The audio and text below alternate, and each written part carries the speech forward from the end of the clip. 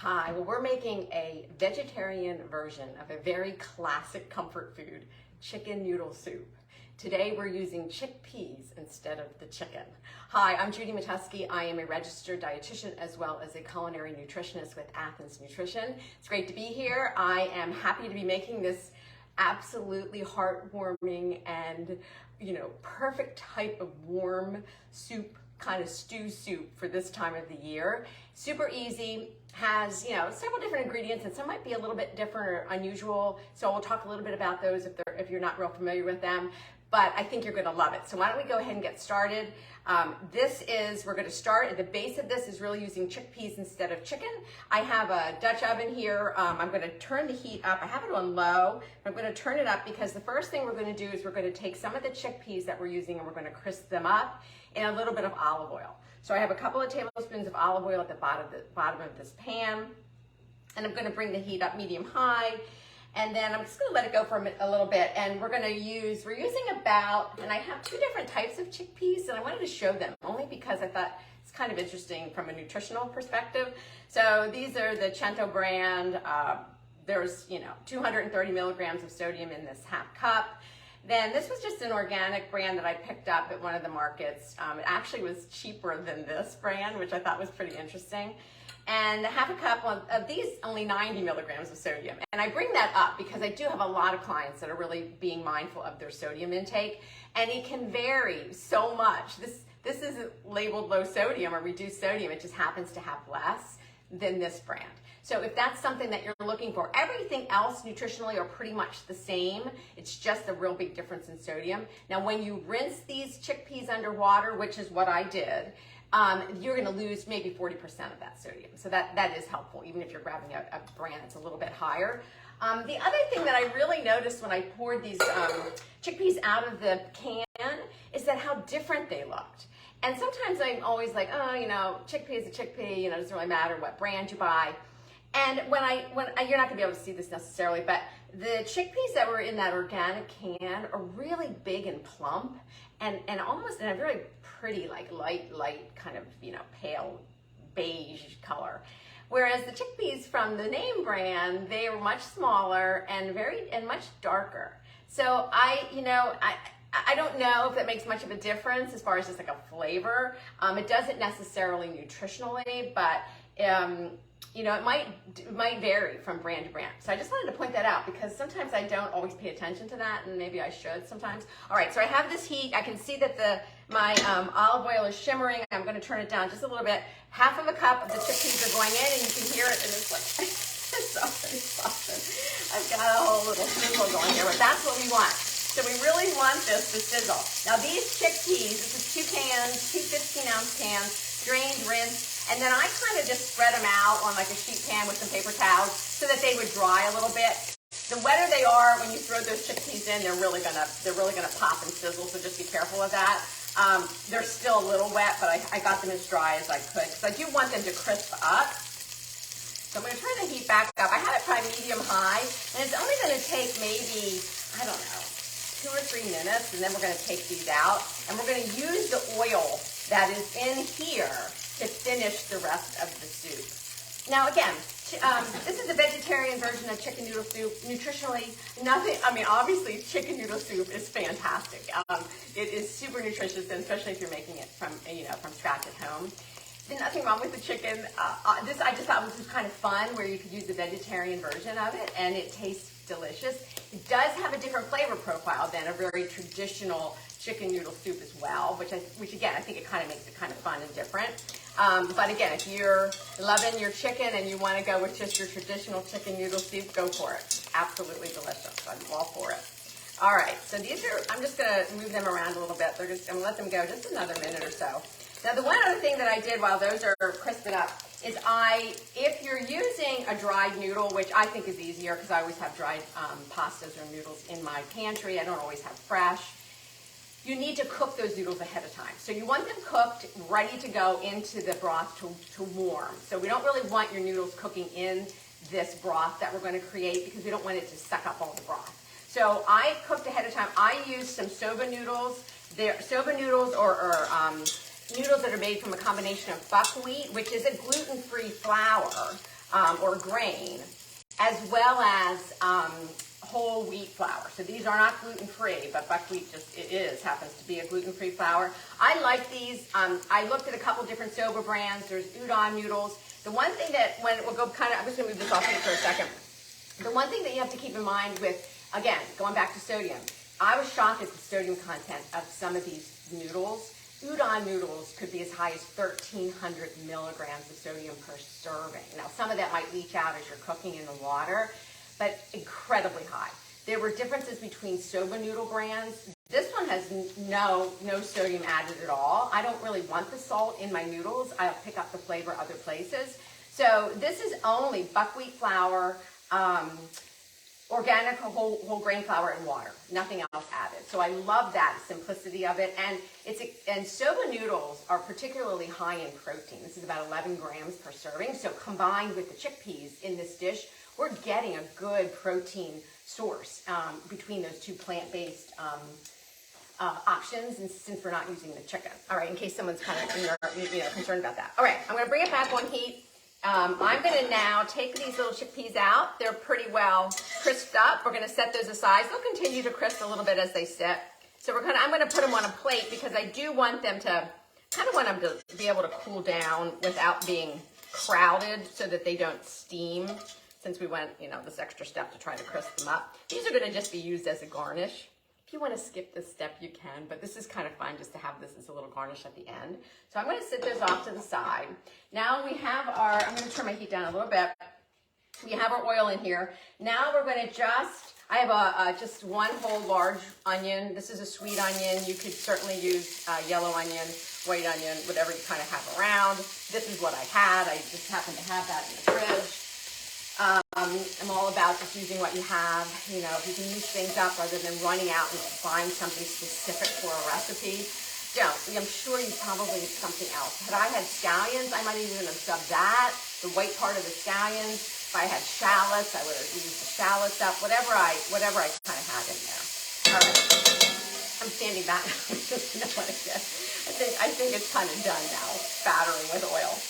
All right.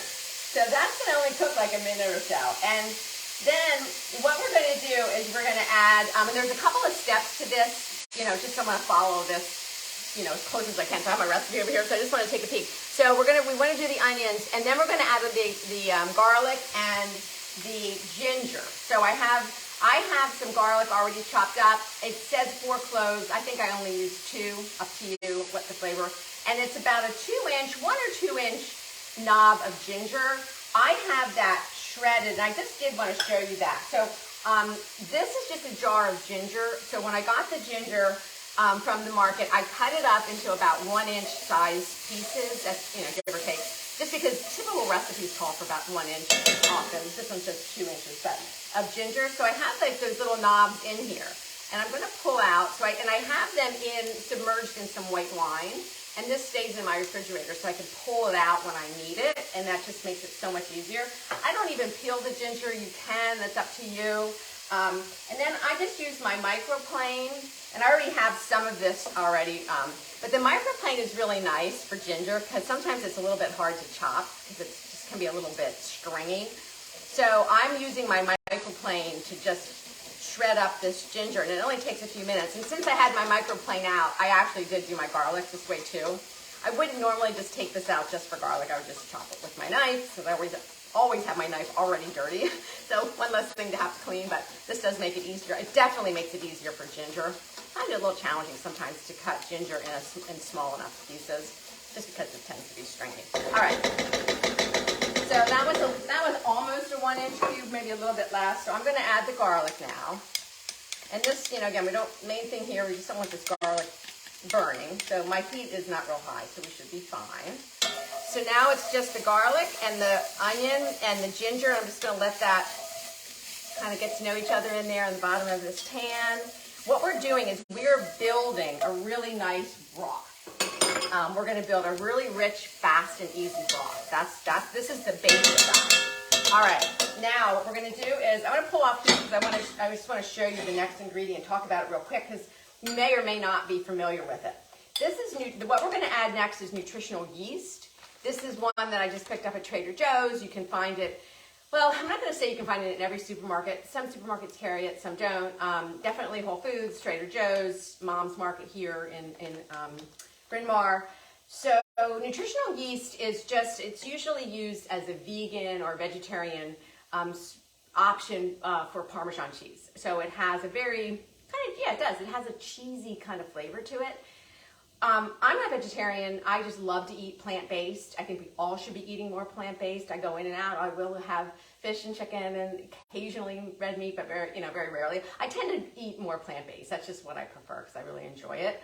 But so you could do Parmesan cheese in here if you wanted to. That would be fine. I'm going to use this because it really does add a great flavor to this broth. It brings this really nice richness to the broth. So we're going to use about 1/4 cup of the nutritional yeast. And the other nice thing about nutritional yeast is it's fortified with B vitamins. So it's really high in a variety of B vitamins. Most of it, not all nutritional yeast is fortified with B vitamins, but most are. And it's a great source of B12 for anybody who is strictly vegan because B12 is only in animal products. So if you're not eating any animal food, it's tough to get the B12. But you get your full day supply and then some of B12 just in 1 tablespoon of the nutritional yeast if it's been added. All right, so I'm adding that. The other thing that I forgot to do is I'm going to sprinkle these crispy chickpeas with a little bit of salt. And it reminded me, so the nutritional yeast. So we're just going to sprinkle a little nutritional yeast on top of our crispy chickpeas that we're going to use as our topping. So this calls for 1/4 cup of nutritional yeast in the soup itself, but you'll use a little bit extra just to put on your crispy chickpeas. So I have them coated with a little bit of salt and then just a little bit of that nutritional yeast. Okay, so we have that on, and then the other ingredient, before I pull it over to heat again, is miso. And miso is another one that you may or may not have. So this soup is a little bit, might be, take you a little out of your pantry, comfort zone, because you might not have miso, you may not have that nutritional yeast, and you may or may not have this chili oil that we're going to talk about. But it's kind of fun sometimes to branch out and try some new things. Plus, you can use these in a lot of different ways once you have them. So the nutritional yeast, great on popcorn, great any way you would use Parmesan cheese. I sprinkle it over my roasted vegetables a lot. I sprinkle it on my salad. Like I said, great on popcorn, good on eggs. You can use it in a lot of ways. I love it as just a seasoning. The miso is fermented soybeans, and it turns into a little bit of a paste. This is like a light or yellow miso, which isn't as strong as the darker miso, which I like about that. And it's pretty versatile. I almost think of miso a little bit like if you ever use Better Than bouillon, the bouillon paste almost that you can use that you add it to water to make a broth. That's what this reminds me of a little bit. It's a little salty, very umami, has a nice rich flavor to it. So it is so good in broths, in soups, in stews. If you need, it adds a little salty element, it'll add a little richness. If you need some little oomph to like a broth, this is a great thing just to add. Like, you don't need more than a couple teaspoons really to add to something to really bring up the flavor. Obviously miso soup, there's a lot of ways you can make great dressings or dips with miso. So there's fun ways to use it above and beyond just for this recipe. Because one thing I really don't want you doing is buying ingredients that you're only going to use once. No, these are wonderful things to have around just to add something different when you're cooking if it's not something that you're used to using on a regular basis. Okay, so this recipe calls for 1 to 2 tablespoons of miso, depending on how much flavor you want from the miso. I'm going to add probably about closer to 2 because I think it does help to add a nice rich flavor. This isn't, it's high in salt, but it's not real high. It's maybe like 400 milligrams for 2 teaspoons. So once you spread that out throughout the number of servings that this soup is going to serve, it's not that high, but we're using it as a salty element. So we'll keep the added salt lower. All right, I'm going to bring this back over to heat. I'm going to turn it up a little bit. So in here, now I'm just for like a minute, we're just going to stir around the nutritional yeast with the onions, the garlic, and the ginger. And this is what's going to be the base of our broth. So you could do something like this and add a lot of different things to this, but you could kind of go outside of this recipe. Once you make something like this and you turn this into a broth, You know, if you wanted to, you could add chicken to this. You could add shrimp to this. You could add some like fish cubes to this. This would be a great broth for a lot of different things. So you could add edamame in here if you wanted to do that instead of chickpeas. All right, so then the final thing we're gonna do is add 6 cups of water. So I already have that measured out. And this is gonna be our broth. All right, so I'm gonna turn the heat way up now because I really wanna bring this up to a boil. I wanna get this really up to a boil, and then I'm gonna turn it down to a simmer. And then this is gonna kind of simmer away for, I don't know, maybe 15 minutes or so. This is gonna help all the flavors sort of come together and create this really nice soup. I'm gonna speed it up for you, and the soup will end up still being fine, but I'm not gonna wait 15 minutes to add the next ingredients. But I am gonna let it try to come up so that the heat comes up since I poured that water in. So just stir it around. That's gonna break up the miso that we've added. And I did the different angle today because I feel like it's a little easier for you to see now in the pot. So you can see this is it's a nice rich sort of yellow beige color from the miso. All right. On my spatula, I'll just get that off. Okay. All right, so we're gonna sit this aside. I'm gonna just sit my spatula aside. All right, so we have this going, and now the one other thing that I really wanted to mention to you, because we're gonna kind of add this at the end, is chili crisp oil. Now, I know this has been around for a while. I'm just kind of new to it.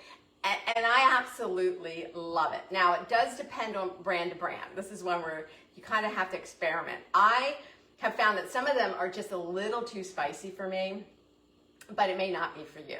So this particular brand that I actually can order on Amazon, we just happen to have a Japanese market in Ardmore, so I picked it up there. It's S&B umami topping, and it's just a crunchy garlic. Basically, it's garlic chips in a chili oil and with some spice to it. So it has a little heat to it. It adds a great flavor to so many things. This one is Momofuku's brand, absolutely delicious. It's just a little more spicy. So if you like it spicy, this is a great brand. There are many other ones. These are the 2 that I just happen to have. We're gonna just do a little bit at the end as a garnish, but I found it with this chili oil, it is fantastic in so many things. I use it with eggs. I'll add it to other soup dishes. The other day I made like a pasta dish that I just sort of added that into it, and it just gives this really nice, it's not really powerful as far as garlic flavor, but it does give a little background to that, but a little crunch and a little bit of heat. So I have been having fun playing around with that, and I always think it's really nice to have different sauces, dressings that you're playing with, or ingredients like seasoning, something like this, in your refrigerator, because sometimes then it can just take something that might be as simple as just like a scrambled egg, but you put a little bit of this on top, and all of a sudden it elevates it. It gives it so much more flavor, and it makes it so much more interesting. So it's an easy way to just, give everything a little pop of flavor and interest in even something the most, kind of mundane, kind of boring things. All right, so I can see that this is starting to come up to a little bit of a simmer. So the next step that you're gonna do is this would cook for about 15 minutes. Again, just kind of bringing everything together and, creating this rich broth. I'm gonna jump ahead a little bit. So I'm gonna add the chickpeas to this. These are the remainder of the 2 cans of chickpeas that have been drained. They're gonna go in. And then this is a nice soup, because I always love it when you can bring dark leafy greens into anything that you're making, because we need to be eating more of them, and we should be probably eating them every day. So this not only combines the nutritional value of our chickpeas and the soba noodles that are going to help bring protein and some nice sources of fiber, and certainly a wide variety of nutrients. But then we have our dark leafy greens that are really going to add that sort of, this is like we always say that these are like the powerhouse vegetables, or our top shelf vegetables. You have an option. The original recipe calls for broccolini, which is something that I just typically don't use very often. I like it with bok choy, so the last couple times I made it, I did use bok choy in it, and I thought that worked beautifully. I have spinach. I bought fresh spinach, but I didn't use it, so I froze it. I was thinking, oh, I thought I was going to use the spinach today, but when I was at the Gentili's Farmers Market, they had these absolutely gorgeous sort of like rainbow Swiss chard, and I couldn't pass them up, so I thought, okay, that's going to be a really nice addition to the soup. I might use them all, I'm not sure, because again, with greens, everything cooks down so quickly. So I'm just going to take these, I'm going to kind of cut them, because these leaves are huge, I'm going to just cut them a little bit, maybe in fourths here, and then I'm going to turn them so I can just chop them down a little bit. And then, so this is after you've cooked your stew or your soup, this chickpea noodle soup, for a little bit, that 15 minutes or so, this is when you're adding your chickpeas, and we're going to add the greens. These greens, depending on the green you're adding, if it's bok choy, that might take a little bit longer to break down in the soup. I am going to thinly kind of chop some of the stems, but I'd like to add them as well. They're just so pretty. All right, so I'm going to put that in along with those chickpeas, and because this like spinach is going to wilt down pretty quickly, so I think I'm going to use the whole thing. Why not? Again, if you don't use everything that you're cooking with, a lot of times it goes back into your refrigerator, never to come back out again, right?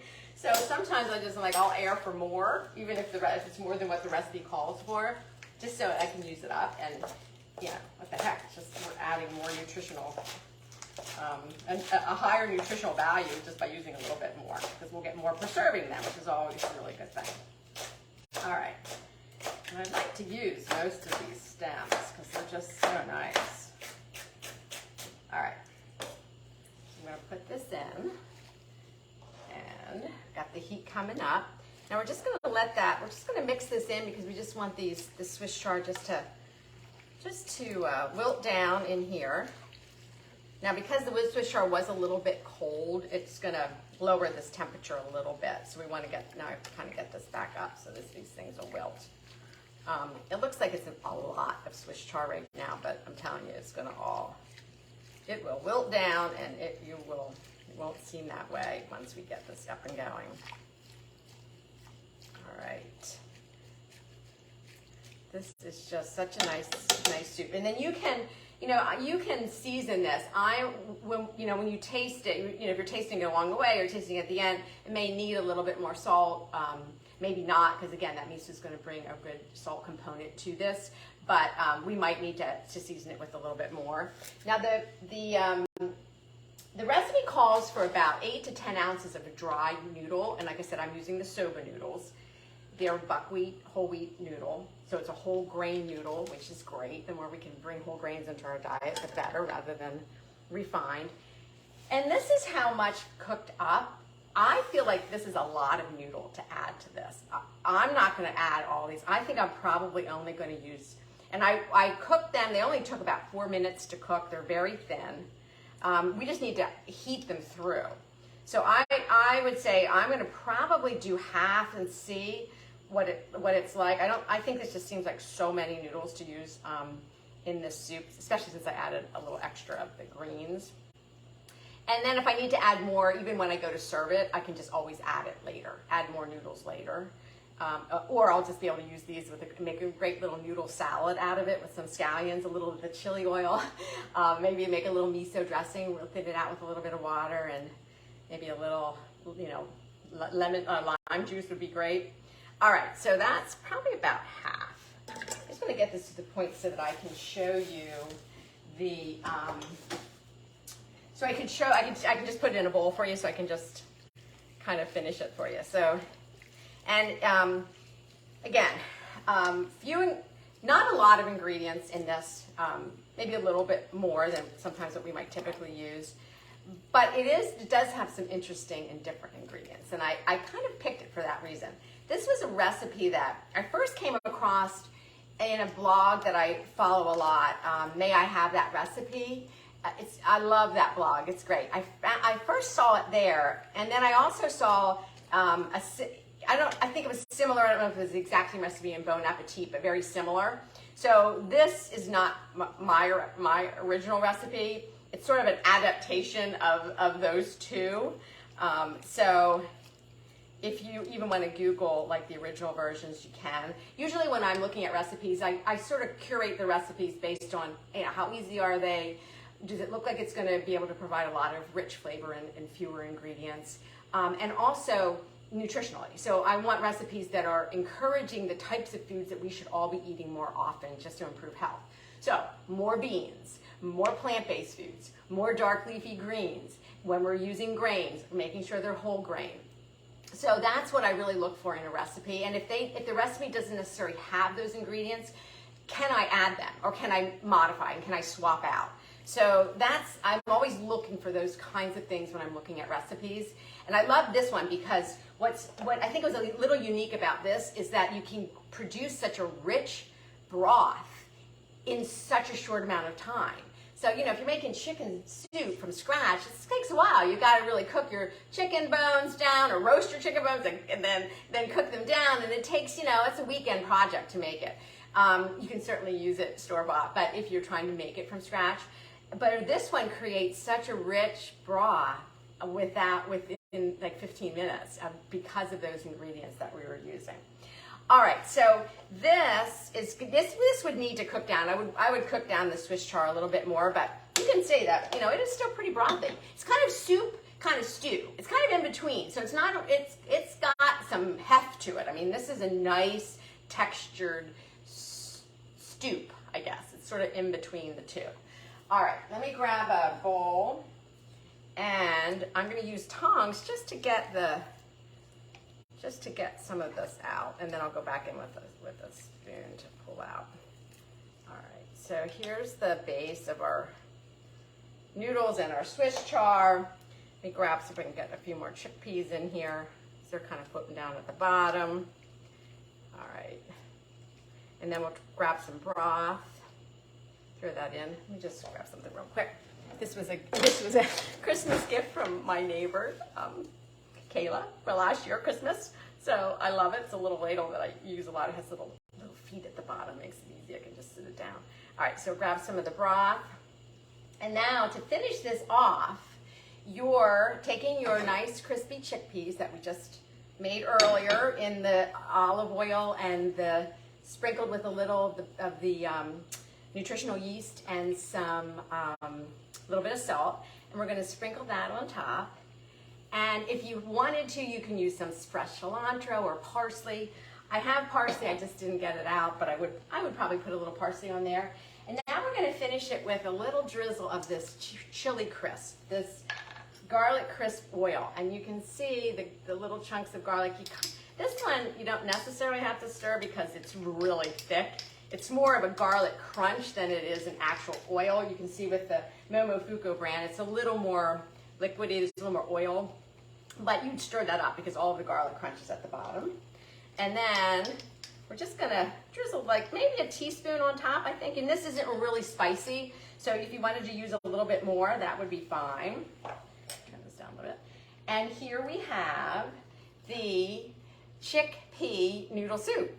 I hope you give it a try. And if you do, always comment. Please come back and let me know what you think. I'm going to have this for lunch. I might need to season it with a little bit more salt, maybe a little bit of ground pepper, but I don't know that I will because of all of the sodium that was kind of coming in throughout. But it's still not a high sodium soup, but there'll be enough there for flavor.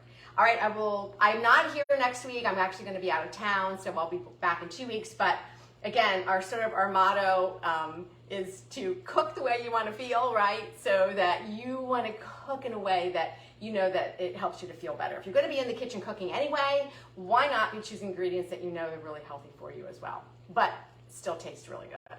Number one, right? All right, stay well, and I will see you in about 2 weeks.